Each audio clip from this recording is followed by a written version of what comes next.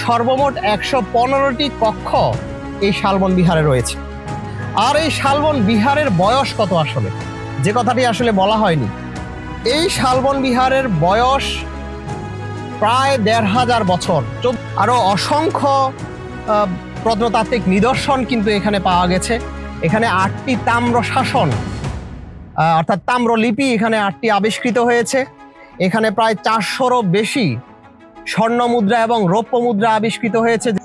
সুপ্রিয় দর্শক, আজকে আপনাদেরকে স্বাগতম জানাচ্ছি বাংলাদেশের ইতিহাসের একটি প্রাচীনতম স্থাপনা বা পুরাকীর্তি বা প্রত্ন নিদর্শন, যে নামেই আমরা বলি না কেন, কুমিল্লার শালবন বিহার থেকে। আজকে অত্যন্ত সৌভাগ্যের ব্যাপার, আমরা যখন এই শালবন বিহারে এসে এই শালবন বিহারের ইতিহাস আমরা পড়ছিলাম, তখন ইতিহাসের সাথে এই শালবন বিহারের প্রত্যেকটা জিনিস কিন্তু আমরা মিলিয়ে মিলিয়ে পড়ছিলাম, যেটি আমাদের জন্য একটি খুব সুন্দর অভিজ্ঞতা হিসেবে আজকে কাজ দিয়েছে। আজকের পরিবেশটাও বেশ বৈচিত্র্যপূর্ণ। একটু আগে বেশ রোদ ছিল এবং রোদের কারণেই আমাদেরকে ছাতা বের করতে হয়েছিল। এখন আবার একই ছাতা বৃষ্টির জন্য কাজে লাগছে, অর্থাৎ ২০-২৫ মিনিট ধরে বৃষ্টি হচ্ছে। তো আমরা এই সুন্দর পরিবেশে, এই বৃষ্টিমুখর পরিবেশে আপনাদেরকে আজকে এই শালবন বিহার থেকে এই শালবন বিহারের ইতিহাস, শালবন বিহারের আদ্যপ্রান্ত কিন্তু আপনাদেরকে জানানোর চেষ্টা করছি। আমি এখন দাঁড়িয়ে আছি শালবন বিহারের দক্ষিণ পূর্ব কোণে, এবং এই দক্ষিণ পূর্ব কোণ থেকে কিন্তু পুরো শালবন বিহারের পূর্ব পাশ এবং দক্ষিণ পাশ, এই দুইটি পাশ কিন্তু খুব স্পষ্টভাবে দেখা যাবে। এবং পাশাপাশি এখানে মাঝখানে যে শালবন বিহারের যে মিলনায়তন ছিল অথবা যে মাঝখানের যে হলঘর ছিল, সেগুলো দেখা যাচ্ছে, নানান ধরনের স্থাপনা দেখা যাচ্ছে। তো এখানে আমরা ছোট ছোট কিছু কক্ষ দেখতে পাচ্ছি।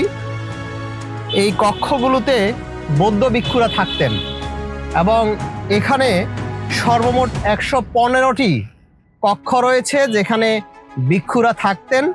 এবং এই স্থাপনাটি কিন্তু চতুর্ভুজ আকৃতির, এবং প্রত্যেকটি দিকের দৈর্ঘ্য সমান প্রায় ২০০ মিটার, ১৬৭.৭। এবং এখানে অনেকগুলো ভিক্ষুদের কক্ষ রয়েছে আমরা দেখতে পাচ্ছি। এবং এই কক্ষগুলোতে 3টি করে কুলুঙ্গি ছিল, ছোট ছোট খোপ ছিল। এই খোপগুলোতে প্রদীপ জ্বালানো হতো, বিভিন্ন ধরনের তাদের দেবদেবীর মূর্তি রাখা হতো। এই যে একটা বৈচিত্র্যপূর্ণ এবং বেশ সমৃদ্ধ ইতিহাসের একটি স্থাপনা, একটি নিদর্শন এই কুমিল্লা ময়নামতির শালবন বিহার। অবশ্য এটি একটি বৌদ্ধ বিহার হিসেবে পরিচিত হলেও এটি কিন্তু শালবন বিহার নামেই কিন্তু আজকে আমাদের কাছে সবচেয়ে বেশি পরিচিত। এটি হচ্ছে দক্ষিণ পাশ শালবন বিহারের, এই বৌদ্ধ বিহারের। এবং দক্ষিণ পাশেও আমরা অনুরূপভাবে এই বৌদ্ধ ভিক্ষুদের কক্ষগুলো দেখতে পাচ্ছি। এই যে একটা কক্ষ, এরকম সামনে আরেকটা কক্ষ, এভাবে সর্বমোট ১১৫টি কক্ষ এই শালবন বিহারে রয়েছে। আর এই শালবন বিহারের বয়স কত আসলে, যে কথাটি আসলে বলা হয়নি। এই শালবন বিহারের বয়স প্রায় ১৫০০ বছর, ১৪০০ বছরেরও বেশি সময়। ৭ম শতাব্দীর শেষ দিকে চন্দ্রবংশের চতুর্থ রাজা শ্রী ভবদেব এই বিহারটি নির্মাণের শুরু করেছিলেন। এরপরে আরও ৬টি পর্বে, সপ্তম, এরপরে ৮ম শতাব্দী, নবম, দশম শতাব্দী, একাদশ, দ্বাদশ শতাব্দী, এভাবে ৬টি পর্বে এই বিহারের সংস্কার কাজ, উন্নয়ন কাজ হয়েছে। বৈচিত্র্যের ব্যাপার হচ্ছে এই বিহারটি ৪ দিক থেকে সীমানা ঘেরা, সীমানা প্রাচীর রয়েছে। এখানে প্রায় ৫ মিটার প্রস্থের প্রাচীর, এবং এই প্রাচীরের সাথে লাগানো এই বুদ্ধ ভিক্ষুদের এই কক্ষগুলোতে তারা ধর্মচর্চা করতেন, তারা বিদ্যা চর্চা করতেন। আর বর্তমান বাংলাদেশ সরকার এটিকে প্রত্নতাত্ত্বিক নিদর্শন হিসেবে সরকারিভাবে এটি অধিগ্রহণ করে এবং এটি রক্ষণাবেক্ষণের দায়িত্বে নিয়োজিত আছে বিধায় এটিকে আজকের এই পর্যায়ে আমরা হয়তো দেখতে পাচ্ছি। আরো অসংখ্য প্রত্নতাত্ত্বিক নিদর্শন কিন্তু এখানে পাওয়া গেছে। এখানে 8টি তাম্র শাসন অর্থাৎ তাম্রলিপি এখানে 8টি আবিষ্কৃত হয়েছে। এখানে প্রায় 400রও বেশি স্বর্ণ মুদ্রা এবং রৌপ্য মুদ্রা আবিষ্কৃত হয়েছে, যেগুলো ময়নামতি জাদুঘরে, বাংলাদেশের জাতীয় জাদুঘরে বিভিন্ন জায়গায় রাখা আছে। এবং এখানে অসংখ্য টেরাকোটা অর্থাৎ মাটির নকশা করা বিভিন্ন ডিজাইনের বিভিন্ন আসবাবপত্র, বিভিন্ন সিলমোহর, দেবদেবীর মূর্তি, অসংখ্য প্রত্নতাত্ত্বিক নিদর্শন কিন্তু এখানে আবিষ্কৃত হয়েছে। যেমন আমি এখন যেই জায়গায় দাঁড়িয়ে আছি, এর দুই পাশে কিন্তু ভিক্ষুদের 2টি কক্ষ রয়েছে। এই কক্ষ থেকে এখানে বারান্দায় বের হওয়া যাচ্ছে, আবার এই কক্ষ থেকেও এই বারান্দায় আসা যাচ্ছে। এবং এটি হচ্ছে দক্ষিণ পূর্ব কোণের।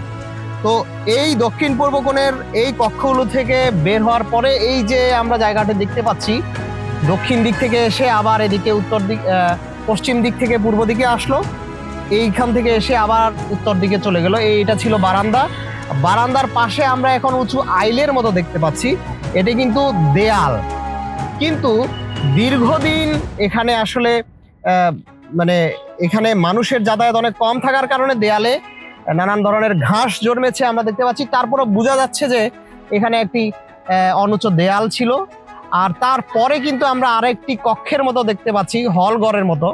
এই হলঘরটি কিন্তু এই বৌদ্ধ ভিক্ষুদের মিলনায়তন অথবা তাদের রান্নাঘর অথবা ডাইনিং স্পেস হিসেবে কিন্তু এটা ব্যবহার হতো।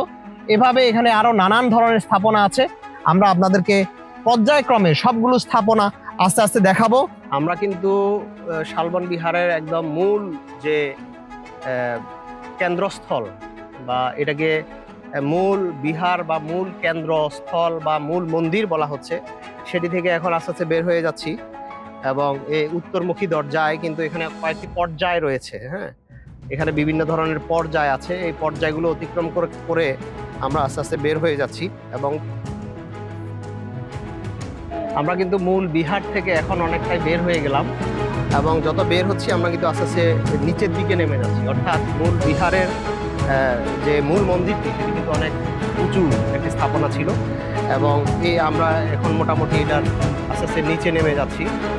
হচ্ছে মূল মন্দিরের দরজা। হ্যাঁ, মানে প্রবেশ পথে যে দেয়ালের মধ্যে যে কারুকার্য ছিল, সেই কারুকাজগুলো আমরা দেখানোর চেষ্টা করছি কিছু কিছু। এখানে কোনো কোনো জায়গায় ইটগুলো পাশাপাশি, আর কোনো কোনো জায়গায় আবার ইটগুলো উপর নিচ করেও কিন্তু দেয়ালের ডিজাইন করা হয়েছে। কোনো কোনো জায়গায়, এখানে না, আমরা দেখাবো সেটি।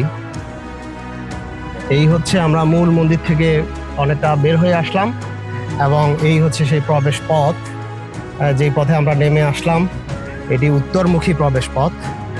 এবং এর পাশে আরো অনেকগুলো মন্দির এবং বিহার দেখেছি আমরা। পাশের দেয়ালের গঠন শৈলী এবং অবকাঠামোগত বিষয়গুলো আপনাদেরকে দেখানোর চেষ্টা করছি।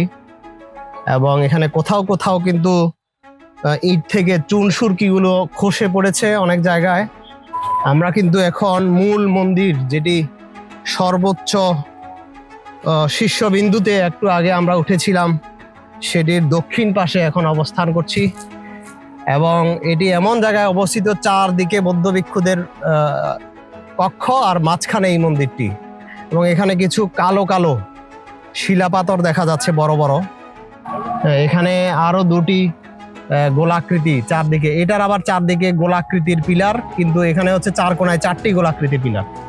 কিন্তু আমরা একটু আগে একটা দেখলাম 1 কোণে 3টা, কিন্তু এখানে 1 কোণে 1টা করে মোট 4টি গোলাকৃতির পিলার ছিল।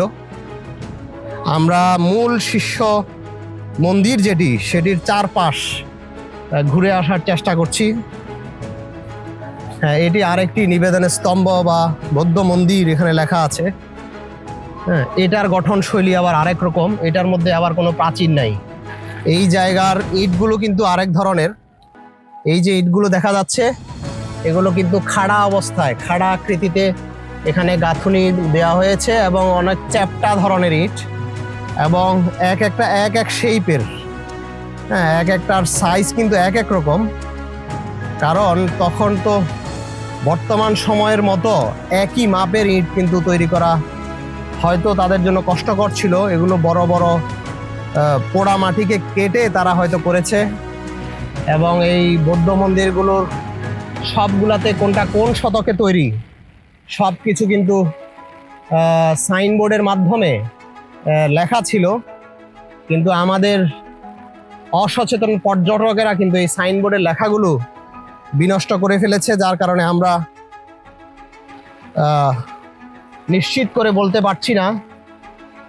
এটাতে আবার চারপাশে গোলাকৃতির পিলার, কিন্তু নিচে আবার চতুষ্কোণ, এটা আরেকটা নিবেদনের স্তম্ভের মতো এখানে দেখা যাচ্ছে। তো আমরা মোটামুটি মূল মন্দিরের চারপাশ আপনাদেরকে দেখানোর চেষ্টা করলাম। এখানে ঘাস উঠে গেছে, এই ঘাসের নিচে কিন্তু বিভিন্ন ধরনের প্রত্নতাত্ত্বিক চুন, সুরকি, ইট, পাথর পড়ে আছে। আমরা কিন্তু ঘাসের জন্য সেই জিনিসগুলো ওভাবে করে দেখাতে পারছি না, কিন্তু এর মধ্যে বৃষ্টি আবার বেড়ে গেছে। প্রচুর বৃষ্টি হচ্ছে আজকে, এবং এটি আরেকটি বৌদ্ধ মন্দির অথবা বিহারের অংশ। তো এভাবে আমরা মোটামুটি মূল মন্দির, যেটি বিহারের একদম মাঝখানে অবস্থিত, সেটি আপনাদেরকে দেখানোর চেষ্টা করলাম। এখানে আরেকটি পানির কূপের মতো দেখা যাচ্ছে। এটি এটি একটি বিশাল পানির কূপ, অনেক গভীর এই কূপটা, যেটিকে অনেকটা মেরামত করা হয়েছে, কিন্তু দুঃখজনক ব্যাপার, এই কূপে আমাদের অসচেতন পর্যটকরা বিভিন্ন ধরনের ময়লা নিক্ষেপ করেছে। পানির বোতল, চিপসের প্যাকেট, আইসক্রিমের প্যাকেট আমরা দেখতে পাচ্ছি। এটা একটা গভীর কূপ কিন্তু এখানে ছিল।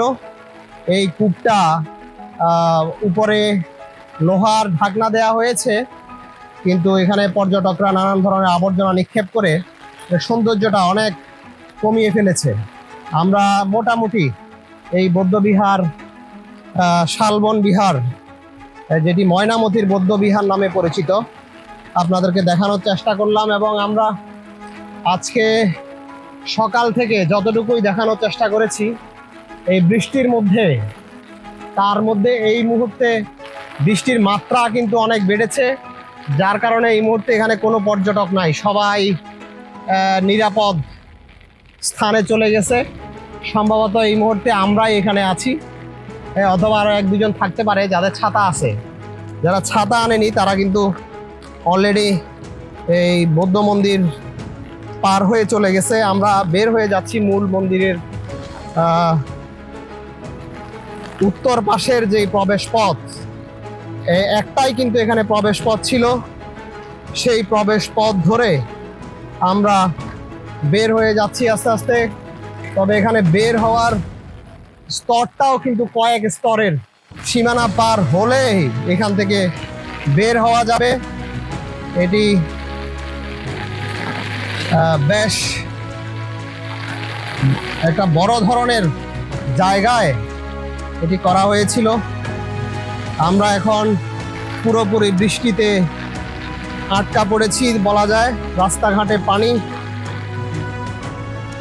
সুপ্রিয় দর্শক, এই বৃষ্টিমুখর দিনে বাংলাদেশের প্রাচীনতম প্রত্নতাত্ত্বিক নিদর্শন শালবন বিহারের আদ্যপ্রান্ত আপনাদের সামনে তুলে ধরার চেষ্টা করলাম। কেমন লেগেছে কমেন্টে জানাতে ভুলবেন না। আজ এ পর্যন্তই, আশা করি পরবর্তী ভিডিওতেও আপনাদেরকে পাশে পাবো। আল্লাহ হাফেজ।